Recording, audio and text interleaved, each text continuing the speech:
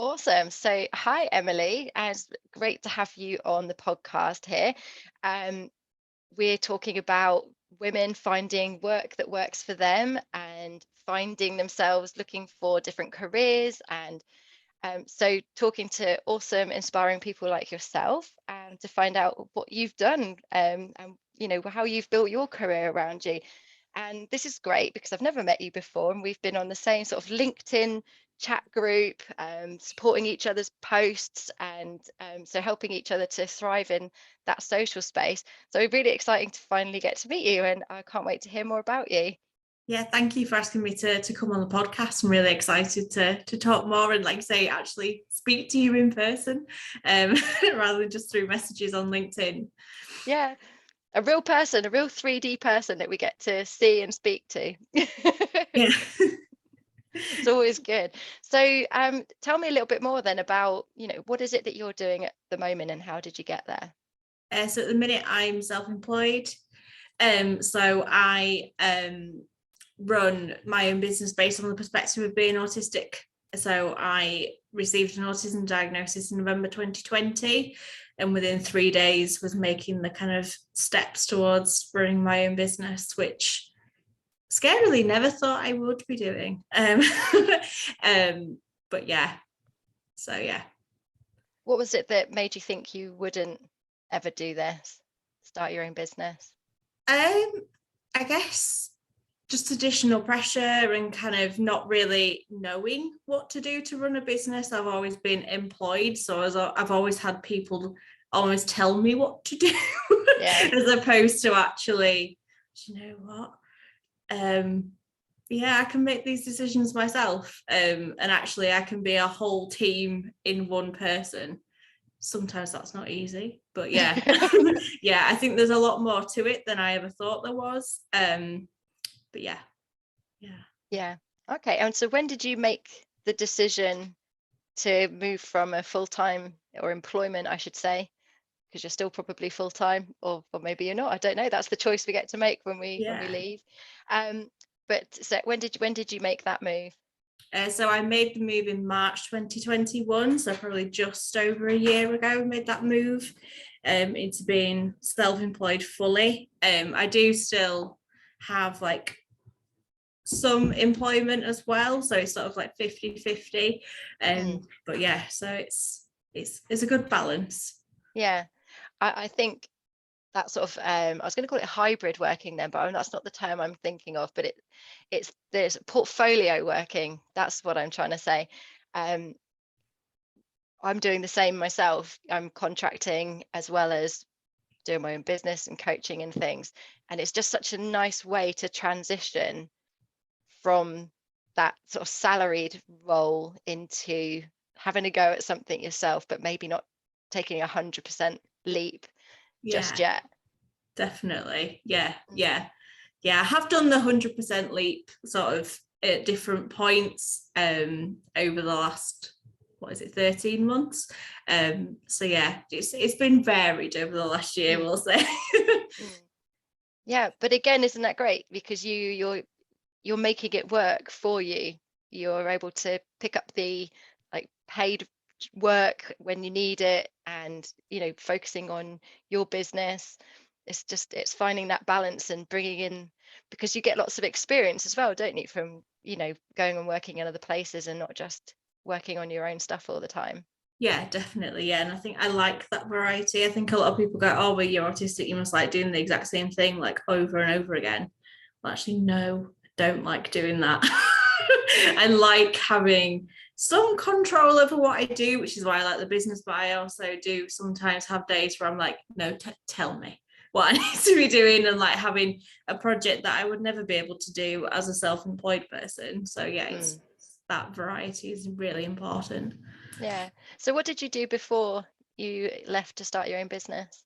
So I did, considering I'm still under 30, I've done quite a lot in like the 7 years since, 6.5 since I left university. So I've worked in museums doing museum education. So I worked in a few different museums delivering their education program or doing gallery talks for kind of members of the public. And then I also worked as a teaching assistant supporting children with special educational needs who kind of needed that more intervention-based support throughout the day. So like working with nursery up to year 6. So yeah, quite a variety of things. So I think when people were like, oh, what are you going to do as a business? I was like, well, I'm going to do this. They were like, oh, that's quite different to what you're doing before. Yeah. Brilliant. And so what is it? Tell me a bit more about your business now. So I run training, all delivered from the perspective of being autistic, because I think in the roles that I've done a lot of autism training, but never thought, oh yeah, that's me. Like not once did I think that related to my own experiences. So I've had to I've developed this training that's kind of based off not just my lived experience, but the lived experience of other autistic people as well, to give that kind of change in narrative. It's also consultancy, so for different schools, businesses, museums who want to just understand how to become more inclusive for autistic visitors or staff members, and then also offering mentoring to those who are autistic themselves as well. To just share experiences, because sometimes it's nice to just be able to say, oh, sometimes this happens and it really annoys me, and you go, yeah, it does me as well. For this reason. Yeah, That's awesome. So you've taken your experiences from your work in the past and looked at, and obviously, you know, with your diagnosis and things like that, are actually now creating an impact with your experience and your skills and finding a business. I'm guessing that's quite a niche. Much competition? I don't know, maybe.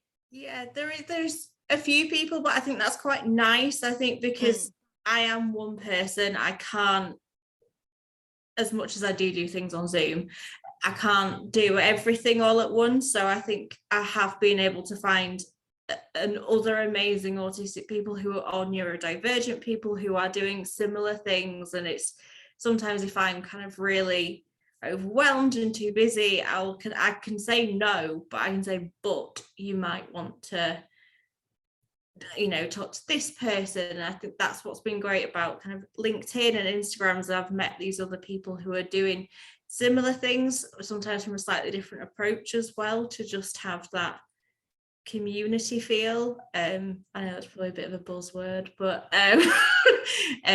but why not? I own a business, I can use things like that now, right?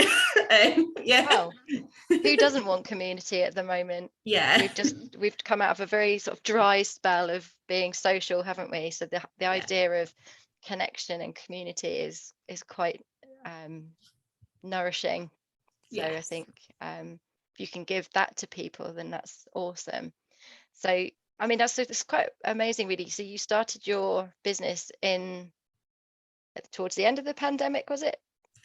Yeah, so March 2020. So I suppose as we were coming out of that third lockdown, I don't know, because I live in the north, we were just in a permanent constant lockdown. Yeah.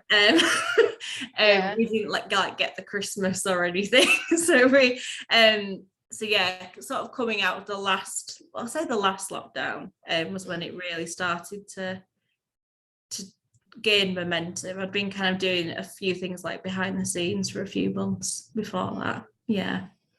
So what were your biggest challenges then in getting the business started up?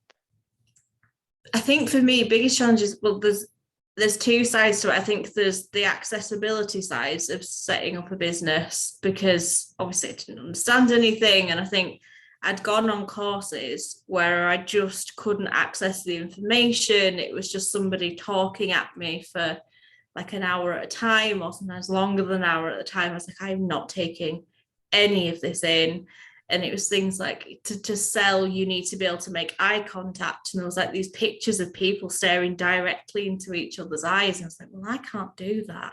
I'm never going to do that. So I think that caused a lot of self-doubt. And I think I was just going, oh, well, I'm not going to be able to run a business. And I think just kind of that lack of understanding of what I need. And people say, have you got this? And, oh, no, I'll just go do it and I'll get it and I'll be that back. And I think the other side of it is just, there is competition. There are without naming them, there are very big organizations that do similar things.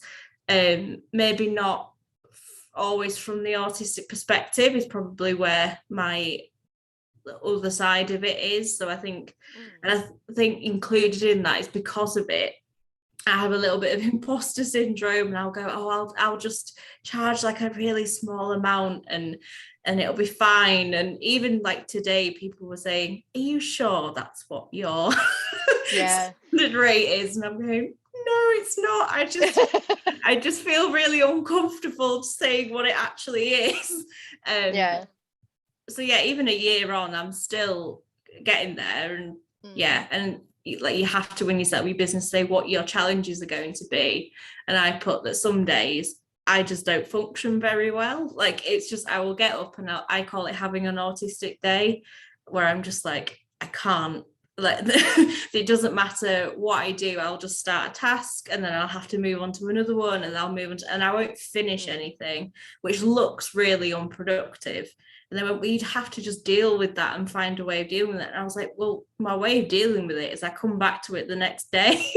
And I think people saw that as a really negative thing, but I do that a year later, and it kind of works still. So yeah. I mean, not to belittle at all your autistic day experiences, but I have days like that too. There's definitely days where I try and sit at my laptop and just think, no, just no, can't. I don't know why, but there are some things, or you go with a specific task to focus on, get distracted by something else, and think, this is engaging me so much more, so I'm just going to go with that.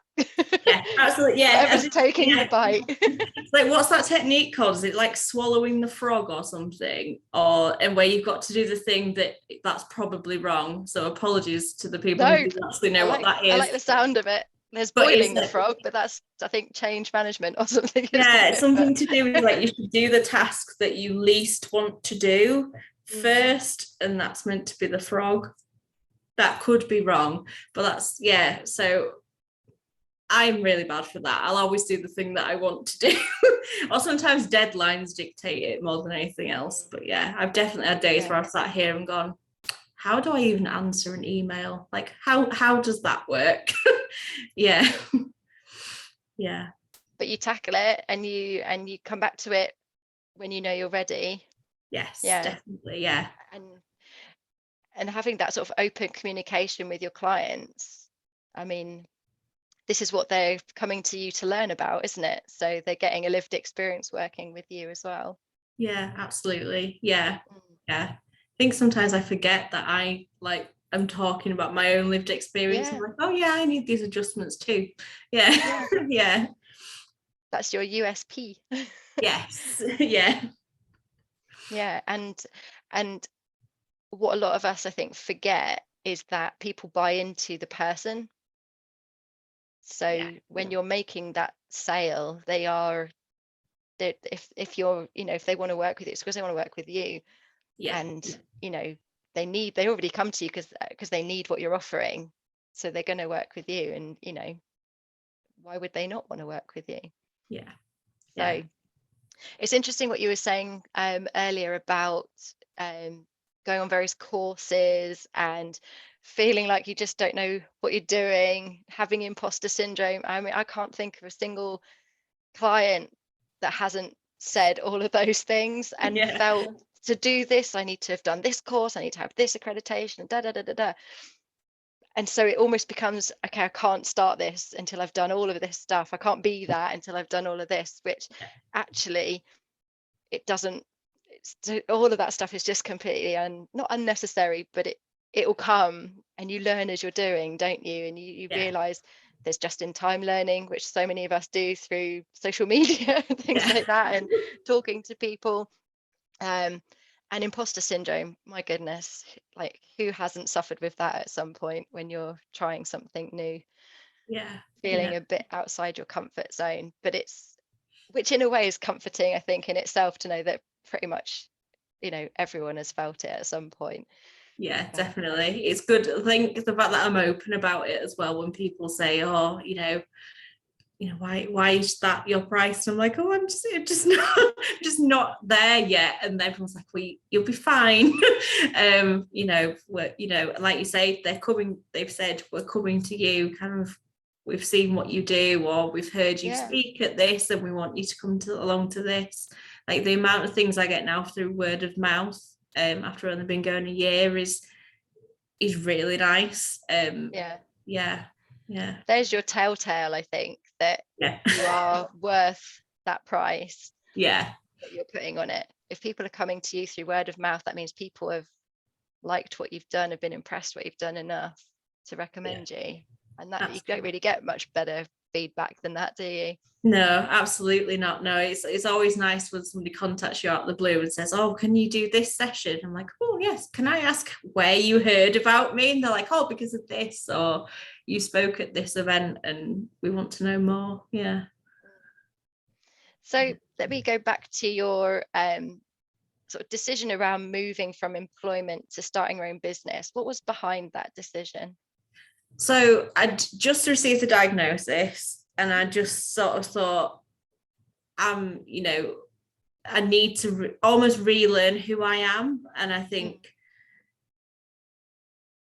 I was reevaluating it, have I been successful in employment? And the reality was, whilst I was good at my job, being in those jobs wasn't great for my own mental health, and I was definitely burnt out by the time that I'd got the diagnosis. So I just sort of thought, okay, I need to be able to be in a role where I can work when I want. I can say yes to the projects that I want to be involved in. I can say no if I need to kind of take a break. Obviously I still work all the hours. That didn't quite work, but I am now doing something that I love doing. Not that I didn't love my other jobs, but I love having that freedom, and it's allowed me to learn what adjustments I need myself. So, do I need to take a break at a certain time of day? Do I need to start earlier rather than finishing later, because there's not really a whole lot of point in me in an evening. It's just to learn about me. Is probably a really long-winded way of that's what it was, a way of learning about me, but making a difference at the same time, and giving back, kind of, and showing, look, these are the key things. And I think almost going back to other roles I've had and being like, look, this is the difference you can make, and seeing where those gaps are, because I've been there and done that. Yeah. And do you feel like you've learnt yourself and learnt new things about yourself? Absolutely. Yeah, I've definitely learned kind of the things to look out for, and what to do on those days when I'm not having a great day. If I need to do a full working day under a weighted blanket, I will do a full working day under a weighted blanket. Obviously, if there's Zoom calls, I probably wouldn't, but just if I need to fidget with something, I will fidget at that time. If I need to turn my camera off for a particular reason, if I've been in like a 2-hour long meeting, then I can turn my camera off, or having decompression breaks and things like that, just to recharge throughout the day, so at the end of the day I'm not going, oh, I'm absolutely exhausted, and not want to do it again the next day. Like, I think sometimes when I was in employment, there'd be days where I was like, I just don't want to, I really don't want to, and I haven't had that yet in a year, which, given that my other roles I was in for about 18 months to 2 years, is pretty good going at this point. Yeah. I mean, I think you've just listed off some amazing well-being tips for how to survive a day at work in general. Yeah, absolutely. Taking those regular breaks, and switching your camera off when you need to. And so many people make the mistake of sitting at their desk for 8, 10, however long hours a day, and how detrimental it is to all of us. Not good for our mental health or our physical health. No, definitely not. So good to learn from you there, Emily, I think. Absolutely. So, what's next for you and your business? Or I can't remember the name of it. Remind me. So it's Emily, Autism and Me. Emily Olsen and me. So next is just kind of building on kind of the foundations that I've already got. Had lots of exciting things come up today that I'm excited to start working on, so different consultancies, some more mentoring, and just kind of getting more just essentially just kind of building and just keeping it going. I would eventually like to be able to grow it so that it's not just me, and have kind of other neurodivergent people, because the employment rates for autistic people are appalling. And I think to be able to bring other people in to do this so that we, it's more opportunities, we can maybe reach a bit further to just grow it. That may not be in the recent future, but yeah, that's the goal. Is I'd like it to not just be me, and to bring those well-being things into other things and show other employers, look, you can do it. Because I feel like a bit of a fraud when I'm saying, well, this is how you support an employee. I haven't got one, but this is how you support them. So yeah, that would be nice to be able to do that in the future. Yeah. And that would be so cool if you had a neurodivergent team working with you, just showing, how awesome a team it shouldn't matter. It shouldn't even really be a question, but at the same time, you want to make sure that you're getting the support you need in those spaces, don't you? So it's a bit of catch 22 there, but that's amazing. So what sort of I guess advice or leaving sort of thoughts would you give people who are looking to do something that might be a bit scary in terms of their career? I think genuinely just do it. I know that's really, again, very cliche, but I think and I think for me, I did a pros and cons list as well. So I'll say that this is probably better advice than the just do it. But I did a pros and cons list of staying in employment versus self-employment. And yes, there were negatives to self-employment, such as not having any income for like the first 3 months. But just being aware of that and just weigh, is this good for your well-being? Do you want to make this? It's going to be difficult for a while, but actually once the rewards come in, it's amazing to see the difference that you can make. So yeah, pros and cons list. But yeah, I'm definitely somebody who thinks big until somebody says no. So yeah, don't be afraid to think big. Nobody said no yet, I'd like to point out, in 13 months. So yeah, think big, and yeah, pros and cons list. That was probably a lot of parting thoughts, but yeah. No, it's good. I think that's a great one. Pros and cons list is so helpful because it helps you to have that realistic view.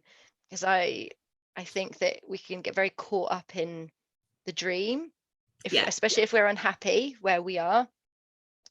It becomes a bit of like, oh, the grass is greener, that's going to be so amazing. But knowing that there's some fears there, things you need to be thinking about, but not looking at what they are and thinking about, how do I plan for those, how do I mitigate for those things. So having a pros and cons list, I think, is a great way to start thinking about this change and the benefits, whilst being realistic about what the challenges could be.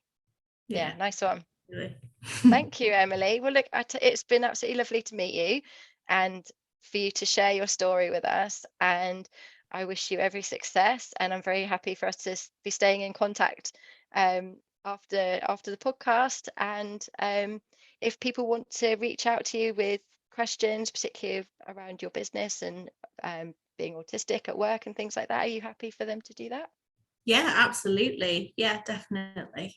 Amazing. Awesome. Well, thank you, Emily. Enjoy the rest of your day and we'll catch up soon. Yeah, thank you. Okay, take care. Take care.